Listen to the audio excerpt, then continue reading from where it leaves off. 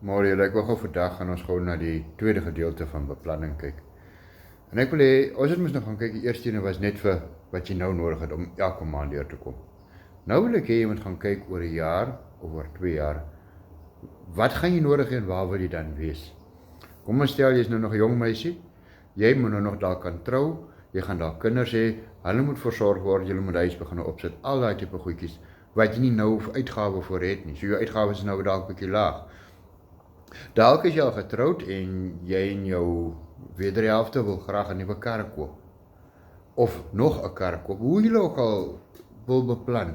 Wat wil jy oor 'n jaar kan bekostig? En dan gaan jy dieselfde soos met die eerstes gaan kyk, hoeveel gaan dit jou kos per maand om daai standaard te handhaaf?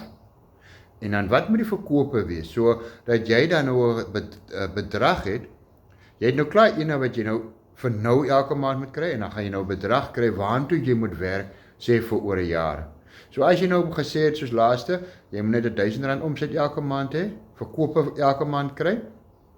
Vir nou is dit fyn, maar oor 'n jaar wil jy dit graag hê by R4000 'n maand, want dan wil jy die wins daarvan hê vir die uitgawes, nuwe uitgawes wat dan gaan kom vorentoe.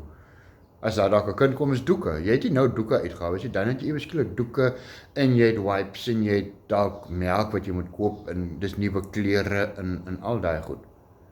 So gaan sit en werk vir dan so 'n bedrag uit.